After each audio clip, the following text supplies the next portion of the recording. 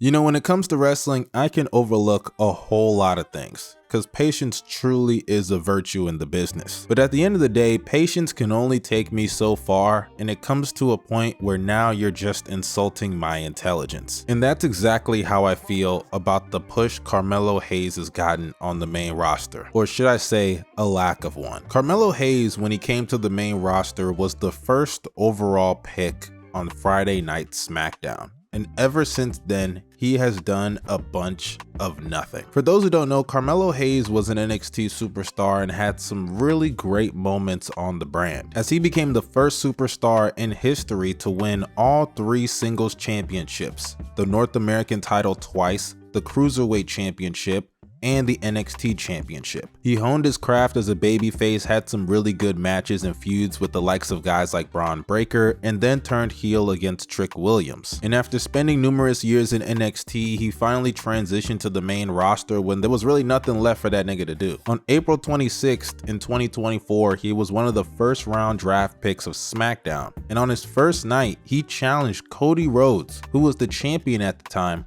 to a match. And even though he lost, they had a really good match, and Cody even put him over in the face of defeat. So it looked like out the gate they were going to give this guy a huge push. Boy, was I fucking wrong. Melo would go on to be in the King of the Ring tournament and the Money in the Bank match, and of course he wasn't going to win either of those. It was way too early, so of course he did lose. But what I do find funny is afterwards he would then enter into a feud with Andrade. They had a best of 7 series, and they had some amazing matches on SmackDown. They won 3 matches apiece and eventually went to a 7th match. And unfortunately, we never really got the conclusion to that story, as LA Knight was the special guest referee and caused the double disqualification, I guess. WWE did try to rectify it though by making a triple threat match between LA Knight, Carmelo Hayes, and Andrade for the United States Championship, and they had a pretty good match, which of course ended with LA Knight pinning Carmelo Hayes. And honestly, I love LA Knight. I think he should be doing better things, especially at this moment. It feels like he is directionless as fuck also in his own right. But it never did really sit right with me that Carmelo Hayes and Andrade were having these banger matches on SmackDown, and neither of them got rewarded for it with the United States Championship win. It just felt like with the quality that both of them were putting out week to week, thrown in with the fact that Carmelo Hayes was a first round draft pick, it looked like he was just set up to become the United States champion. Unfortunately though, nothing really came about, as Carmelo Hayes did absolutely zilch until the Royal Rumble. And guess what happened in the Royal Rumble? Carmelo Hayes came out at number 4 in the match and was the first one eliminated by Braun Breaker after eating a spear. You would have thought with the showing that he had in that match that Carmelo Hayes was just another guy on the roster, not a first round draft pick from NXT that was an NXT champion, North American champion, and Cruiserweight champion. Mind you, the draft where he got called up to the main roster was April 26th. The Royal Rumble was the next year. That was earlier this year,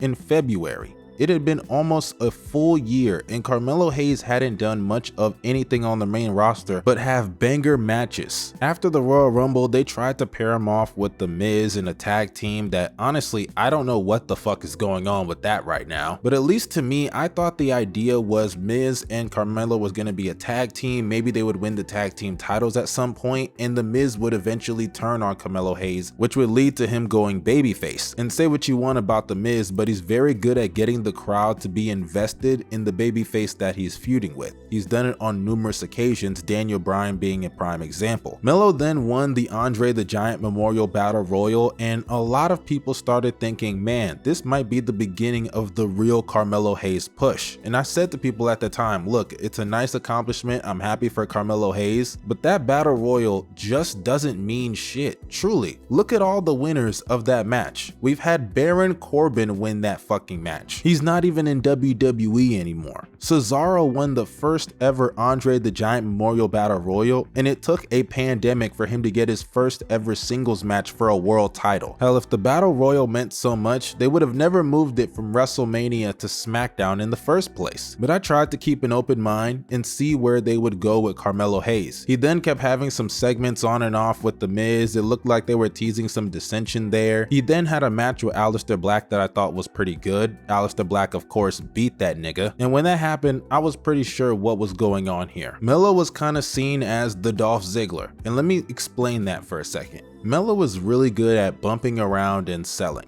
He's a good wrestler in the ring. It's just that simple. And sometimes when you're too good at those things and the company just doesn't look at you as a main event level guy, you're gonna be the one in these spots to lose to guys to make them look 10 times better than they actually are. I mean, just look at how Carmelo Hayes sells the BFT. That move in all actuality sucks, but when he takes the move, it looks insanely devastating. So imagine you're Triple H, you never looked at Carmelo Hayes really as a main event caliber guy, but you got this dude, Aleister Black, that you know Triple H loves. As we saw how Triple H booked him in NXT, you know Melo's gonna give him a great match and sell that black mask like $1 million.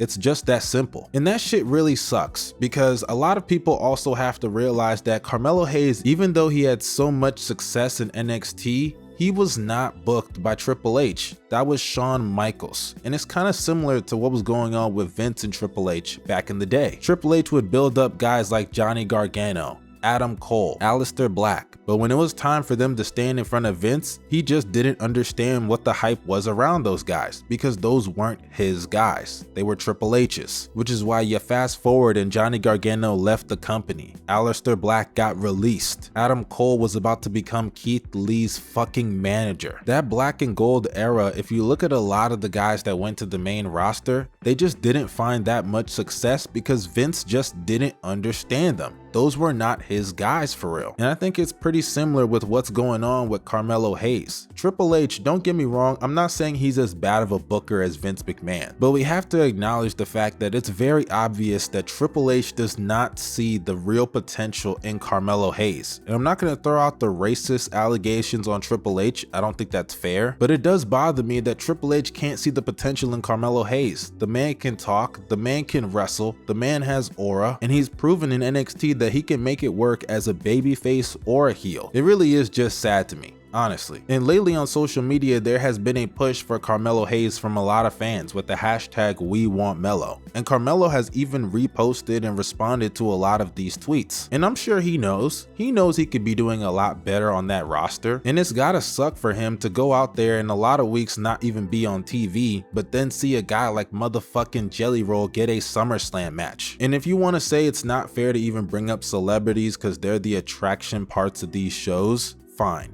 But then you look at a guy like Penta, who I love. This is not a knock on Penta. I think he has deserved the push that he has gotten since he's been on the main roster. But how is it that he has found more success in such a short period of time that Carmelo Hayes hasn't been able to find in over a year on the main roster when he was a first round draft pick? He spent years in NXT as a great wrestler on the brand, but yet you can't even factor him into your shows on a week-to-week basis unless it's for him to get pinned. Is it because he's an ex-AEW guy and you want to show all the guys in AEW, hey, we're not going to bury you, we're going to give you a push when you come over to WWE? Is that what this is about? I mean, the shit really just infuriates me. I mean, Braun Breaker and Carmelo Hayes were both in NXT at the same time, and Carmelo Hayes, you could argue, was more successful on the brand than Braun Breaker. And look at the drastic difference in how they've both been presented to the roster. It's insane to me. Now, as I said earlier, I know a lot of people have thrown racism accusations at Triple H, and I don't think that's completely fair because people just gloss over what he's done with some of the women on the roster. I mean, Jade Cargill and Naomi are in world championship matches at SummerSlam. Bianca Belair has been one of the most pushed wrestlers over the last couple of years. But at the same time, I do find it weird how they've just stopped the Montez Ford potential singles push when he's really done all he can with that tag team in the Street Profits, or how they just completely fumbled the Bobby Lashley and Street Profits pairing as a whole, or how Omos just got pulled from Japan seemingly for no reason, and of course this situation with Carmelo Hayes. I think Obafemi is going to be the clear test about this racism shit with Triple H, because there is no reason at all why he shouldn't get the monster push that Braun Breaker got.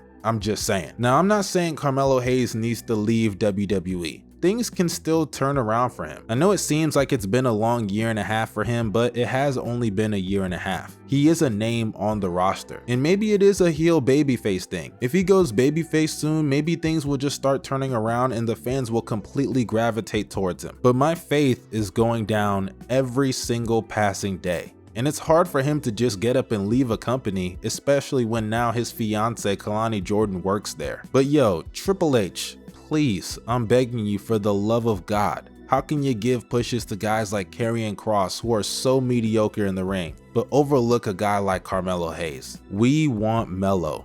Give us the proper push he deserves.